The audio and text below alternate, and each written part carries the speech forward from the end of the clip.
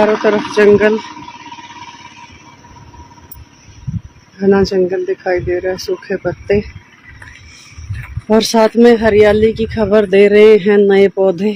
सावन शुरू होगा यहाँ पे जंगल में, तो उसकी आहट और दस्तक दे रहे हैं ये छोटे छोटे हरे हरे पौधे। अभी एक साधना के बहुत गहरे दौर से मैं गुजर रही हूँ, तो उस पर एक शायर की बहुत अच्छी लाइन है जो मेरे को याद आती है और मेरा मन करता है कि मैं आप लोगों को सुनाऊं, साझा करूं आप लोगों से। तो कहते हैं कि मेरे टूटने की वजह मेरे जौहरी से पूछ, मेरे टूटने की वजह मेरे जौहरी से पूछ, उसकी ज़िद थी कि मुझे और तराशा जाए, उसकी ज़िद थी कि मुझे और तराशा जाए। तो साधना काल जो होता है, किसी भी आध्यात्म के क्षेत्र में जो लोग भी इस पथ पर चल रहे हैं, ये कोई सुरक्षा का मार्ग नहीं है, ये कोई फूलों से भरा हुआ मार्ग नहीं है, ये कोई हरी मुलायम घास पर सोने वाला, नरम मुलायम तकियों पर सिर रख के सोने वाला, एसी की ठंडी हवाओं में अपनी दोपहर बिताने वाला, या फिर एसी गाड़ियों में एक स्थान से दूसरे स्थान पर जाने वाला मार्ग नहीं है। ये अपनी केंचुली उतार कर फेंक देने का मार्ग है, अपनी सुरक्षा की केंचुली, अपनी ज्ञान की केंचुली, अपने जो भी बंधन हैं उन सभी बंधनों की केंचुली। और ये आप कर नहीं सकते, ये होता है जब आप अगले पड़ाव पे जाते हैं। तो जैसे पेड़ की शाखा है, सूखने लगी है, तो ये अपने आप गिर जाएगी। पेड़ ने इसके लिए कोई प्रयास नहीं किया है, किसी भी पेड़ ने कोई भी प्रयास नहीं किया। जो सूखे पत्ते नीचे गिरे हुए हैं वो अपने आप गिर गए हैं। इन्हें पत्तों ने, किसी ने ये बोला नहीं था कि हमें नीचे गिरा दो, ना ही पेड़ ने बोला था कि भाई तुम चलो नीचे गिरो, हो गया तुम्हारा काम। ऐसा नहीं है। ये जब समय आया, ऋतु आई, पत्तों का नीचे गिरने का समय आया, तो पेड़ ने इन्हें धीरे से, आराम से, आहिस्ता से विदा कर दिया। तो जब भी विदा होता है कुछ भी अप्रयास, वो शुभ होता है। जिसमें जोर जबरदस्ती ताकत लगानी पड़े, कुछ भी छोड़ते समय जिसमें दबाव हो, प्रेशर हो, तो वो जो छोड़ना है वो हिंसा हो जाता है।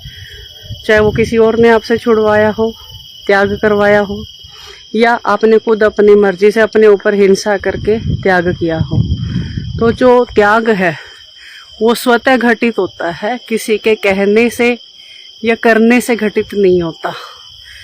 तो जब भी अध्यात्म के किसी भी मोड़ पर, स्पिरिचुअल जर्नी में या प्रेम की जर्नी में या जीवन के किसी भी पक्ष में, जब आपको लगे कि आपके अंदर कुछ, आपके जीवन में कोई चुनौती आ रही है, कुछ सूखे पत्ते हैं जो झड़ रहे हैं, गिर रहे हैं, तो आसपास ज़रूर देखना कि कुछ हरे पत्ते, हरे पौधे, छोटे छोटे अंकुर नए फूट रहे होंगे, जो प्रकृति का एक संदेश दे रहे होंगे आपको कि ये सूखे पत्ते के साथ हरे पत्तों का कॉम्बिनेशन भी साथ में ही बना हुआ है।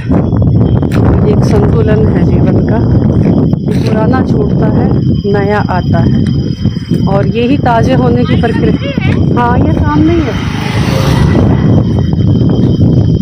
ये प्रक्रिया है पूरी अपने ताज़े होने की।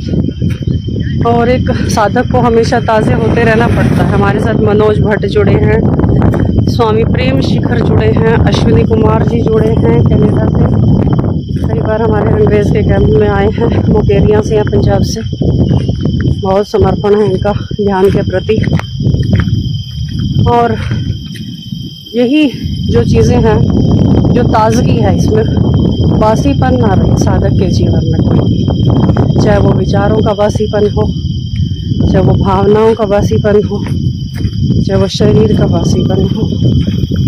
तो नया हर रोज़ नए होना है, हर रोज़ ताज़े होना है।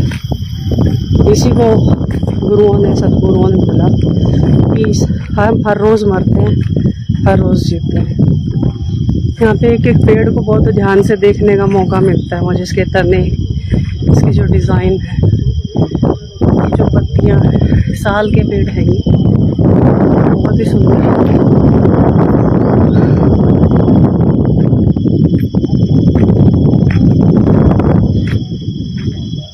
उधर सामने काफ़ी बड़ा ग्राउंड है। अभी तक मैं चल चुकी हूँ 5 किलोमीटर। कल चली थी मैं 10 किलोमीटर।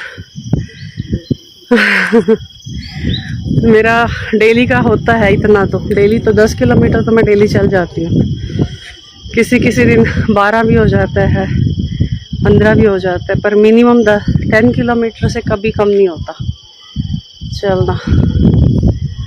बरगद के वृक्ष भी यहाँ पे काफ़ी पुराने हैं, कई पेड़ तो यहाँ पे 2-2 हज़ार साल पुराने हैं। इस जंगल में बांध लिया, इस जंगल ने ना मुझे, अपने मेरी आत्मा को पकड़ लिया मुझे। बिल्कुल जुड़ गई हूँ मैं इस पूरे जंगल के साथ। Thank you.